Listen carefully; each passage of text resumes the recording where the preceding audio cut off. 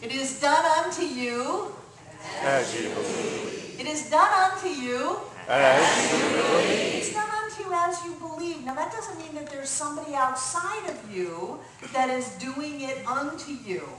In Science of Mind, we would say that we create our reality according to our beliefs, that our beliefs are an outpicturing, a manifestation of what we are believing through the law of attraction, through the law of mental equivalence, through the law of correspondence, through the law of reflection, through the law of cause and effect, that whatever you want to call it, there is something that takes our belief and then does something with it so that it shows up in our life. There is some kind of a process going on in the world. We are not just little people that are bounced around by the winds of fate. We are powerful, creative, spiritual beings alive and well on planet Earth. And I understand that some people can say, well, this thing happened, but I didn't believe that. I wasn't going around thinking about that. I didn't have a belief about that. And yet, at some level, whether it's conscious or whether it's been, as Ernest would say, subjectified, some people would use the word unconscious, but we're never unconscious. We're never unconscious. Our thought process, our mental awareness is never unconscious. So there is some part of us, some idea that we've taken in. And we may not even know that it's going on, except that there's something that shows up in our world over and over and over again. It's like doing a geographical change and expecting that to fix your problems, but you take you and your belief system with you, belief system being BS. You take you and your belief system with you, so it doesn't take long at all for you to recreate the same life that you tried to run away from. Or you may do that with people, with relationships. You may leave one person only to find that you are in the exact same relationship again, except this time it's with a different person. And you can do that over and over and over again. How in the world did that person clone themselves to show up? It's not them, it's you. I remember there was a time in my life when I finally could afford a bank statement, a bank account, because that was when they would charge you, for the checks and all that stuff. And so anytime my bank account got crazy, which meant I hadn't balanced it ever, and I thought since I still had checks, I still had money, anytime that my bank statement would get crazy, I'd just close it out because it was that bank's problem. And I would go to a new bank and open up a new account, only to recreate my experience over and over and over again. And so people say, Barbara, I don't believe that. Well, let me just ask you some general questions. Do you believe that you're safe? Oh, no. Things can happen. Things can happen. I see it on television all the time. I know that things are happening. I know that something can happen out of the blue. That I can lose something. That someone can do something to me. And I said, well, isn't it fascinating that you would then create an experience that was in alignment with that? That something happened to you, something could be taken from you, something could happen out of the blue. That's in alignment with that belief that says you're not safe. So let's look at that belief. Let's drag it out. Maybe there was a time in your life you were not safe. Maybe you were little and you were not safe, but you're not little anymore. You're a big girl. You're a big boy. You've grown up. You're a powerful, creative, spiritual being. You're the one deciding what is going to happen in your life. You can be safe.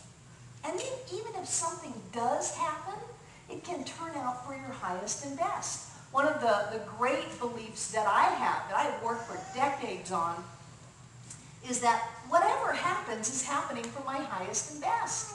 That only good can come from my experience. And only that which is my highest and best can go from me into my world.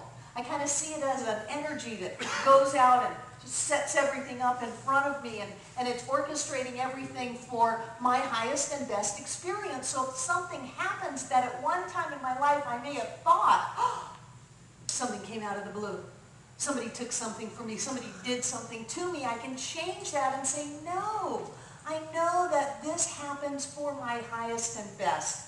So if I'm stuck at a light like I was yesterday, I was bending time, I was doing great, I was going to get my nails done, I was flying down Merriman, and I had 2 minutes and I could see the nail salon. Easy peasy, I made it.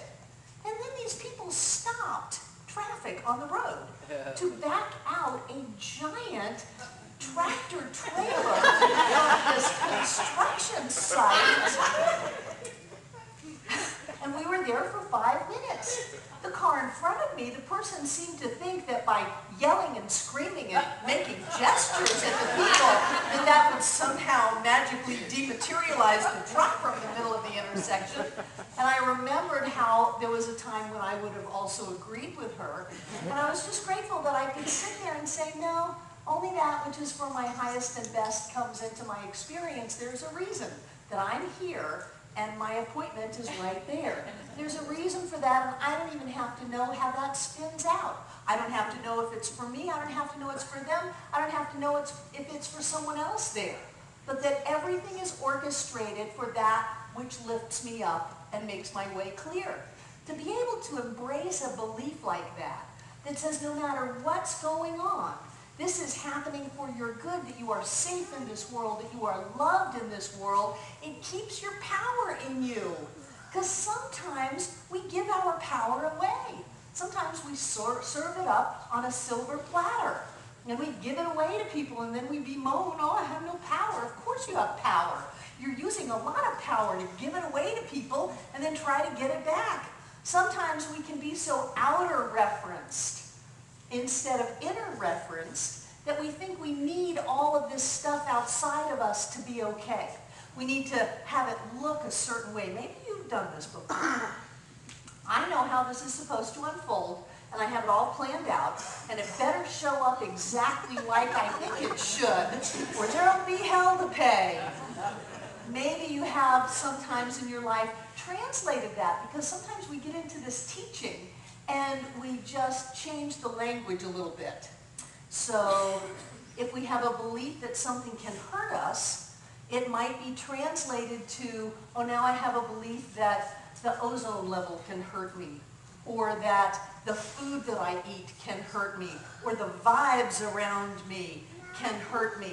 And we might let ourselves just get to the level of this woman.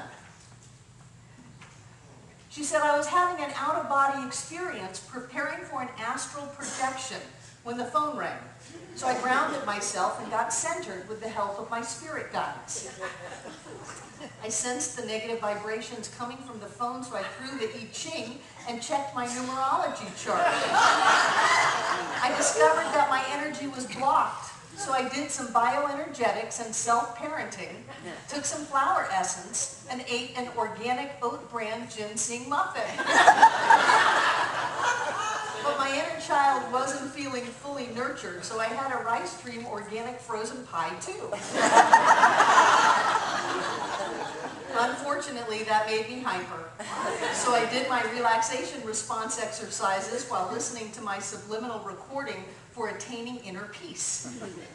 This, however, left me feeling depersonalized. So I did some polarity work, foot reflexology, and a past life regression. Then rebirthed myself.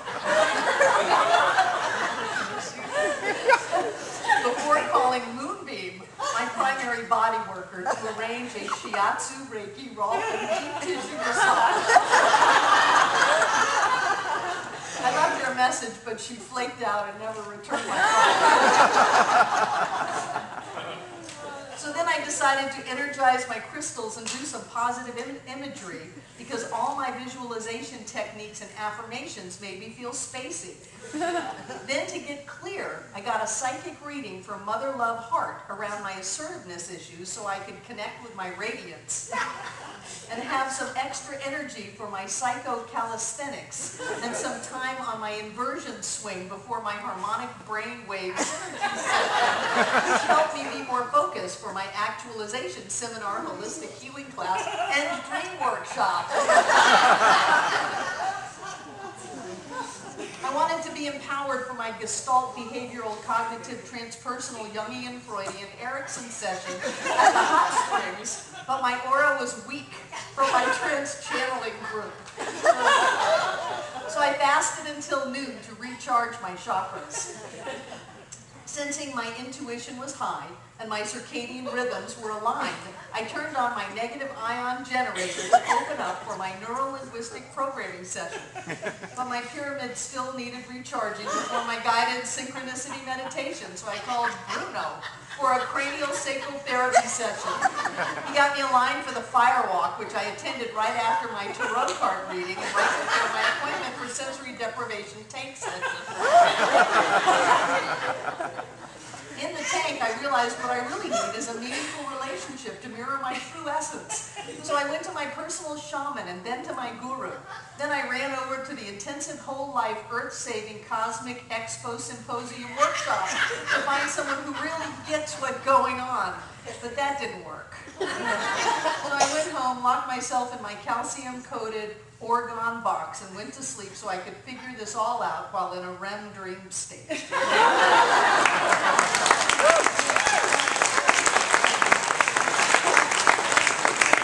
amazing to me is how many of those things I have done. Some people are going, hey, that was a good one in there. But she never answered the phone. What we want to do is make sure that we're clear about who we are, about how we see the world. Things are great, but if we look at something as holding the power over us, then we've taken away who we are. If we allow ourselves to be so frail that something outside of us can knock us off center, then we have forgotten who we are. And it comes from a basic belief about how we see ourselves. Deepak Chopra says that if you allow yourself to be insulted, it is a sign of a lack of self-esteem. Now, he said that about the things going on in the world today. But it's true right here and right now inside of me. If I am so weak that someone can say boo to me and I freak out, that's a lack of my own self-esteem. That's a belief that I am powerless, that I am not the God being that I know myself to be. It is done unto us as we believe. So if I see myself as powerless, I will create circumstances that reflect that powerlessness, and then I will say, look, I knew that that was so, I believed it was so, and there it is. We don't see things in the science of mind. We don't believe things in the science of mind because we see them. We see them because we believe them. We train ourselves to look at our beliefs and to decide whether or not that is something that we want to keep. That's why we go to classes. Monday night class, Christy's Tuesday night class, Deborah's money class, Charlie's public speaking class. We go to classes, we come on Sunday so that we can assess ourselves and say, what thoughts am I holding, either conscious or subconscious? How is that manifesting in my life, and do I like that? Do I like living in this world that I've created? Is it the world that I want to live in, or do I need to create a new world? There's nothing outside of us. There's nothing that anyone can do to us, nothing that anyone can take from us. There is only the way that we see ourselves, and in that seeing, in that believing of what life is about, the outer manifestation of what that belief is. So I wanted to take a couple of moments this morning to just remind us of what we as religious scientists or students of the science of mind believe about ourselves and the way life works. This was written by Ernest Holmes, our founder, in 1927, just in answer to a question of what is it that you believe? And it was first written as I believe and then transferred to we believe. And I just want to go over that for a few minutes this morning. We believe in God. Some people say, do you people believe in God? Yes, we believe in God, but we believe God is everything. We believe in God as you, and God as me, and God as the floor, and God as everything. The living Spirit Almighty, one. indestructible, absolute, and self-existent cause. There's only one. You can't destroy it. You can't destroy the energy, the life force of the divine. It's self-existent. It exists inside of itself because there's nothing outside of itself. There's only one. This one manifests itself in and through all creation, but is not absorbed by its creation. It makes creation out of itself, but it's not stuck in what it makes, just like you. You create your life, but you're not stuck in your life. You can create new life and new experiences because you're always the creative point of your life. The manifest universe is the body of God. It is the logical and necessary outcome of the infinite self-knowingness of God. Just as the manifest universe is the body of God, your life is the body of your consciousness, your physical body and the body of your affairs. It is logical.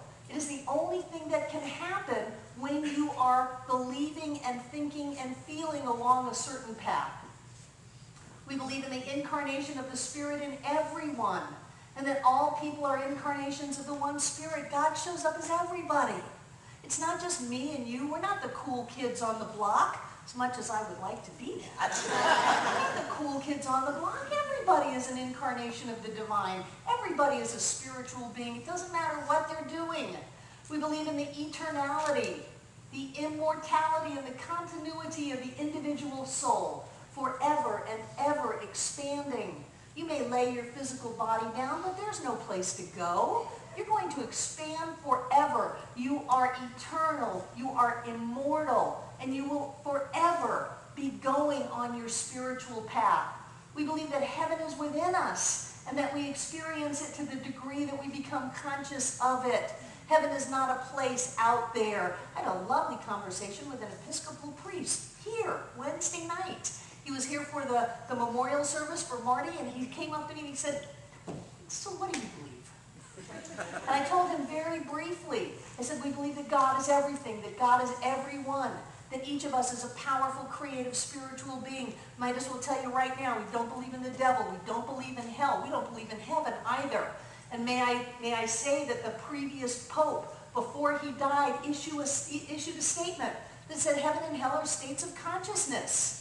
They are states of consciousness. And he looked at me and he smiled and he said, "You know, we're not so far apart." So heaven is within us. We believe the ultimate goal of life to be the complete emancipation from all discord of every nature. And that this goal is sure to be attained by all. I love this, that we are supposed to be emancipated from discord. Not a little discord, but all discord of every nature. And that it is going to happen. It's just our choice as to when. Is it going to happen today or tomorrow, this life, next life? Who cares? It's going to happen. We are meant to live in freedom and to live the life of our dreams. We believe in the unity of all life. And that the highest God and the innermost God is one God. There's only one God. It doesn't matter what people are doing with it. It's only one God. We believe that God is personal to all who feel this indwelling presence. You know you can feel it. We believe in the direct revelation of truth through the intuitive and spiritual nature of the individual, and that any person may become a revealer of truth who lives in close contact with the indwelling God. It's not just Barbara. Barbara's not the only one who can be a revealer of truth. Everybody gets to reveal truth as long as you open up to truth. Then you can reveal truth. We believe that the universal spirit, which is God, operates through a universal mind, which is the law of God, and that we are surrounded by this creative mind which receives the direct impress of our thought and acts upon us. That's what we study in classes. We believe in the healing of the sick through the power of this mind. We believe in the control of conditions through the power of this mind. We believe in the eternal goodness, the eternal loving kindness, and the eternal givingness of life to all. We believe in our own soul, our own spirit, and our own destiny, for we understand that the life of all is God. That's what to believe. That's what to believe. To believe that each one of us is a manifestation of the divine. To believe that whatever God is, we are, and that everyone is a perfect perfect expression of God, to believe that we can heal, that we can manifest, that we can control the conditions of our lives, to believe that we are powerful, creative, spiritual beings, that we are the captains of our ship, that we determine our destiny, because there is an absolute infinite life inside of each of us, that it's not just me and it's not just you, it's in every being on this planet, to believe that everything happens for our good, that we can change the experiences of our life by changing our thoughts about it, to believe that we are powerful, that we are spiritual, that we are beings of light and love. That's what to believe, to create our lives the way we want it, because it is done unto you as you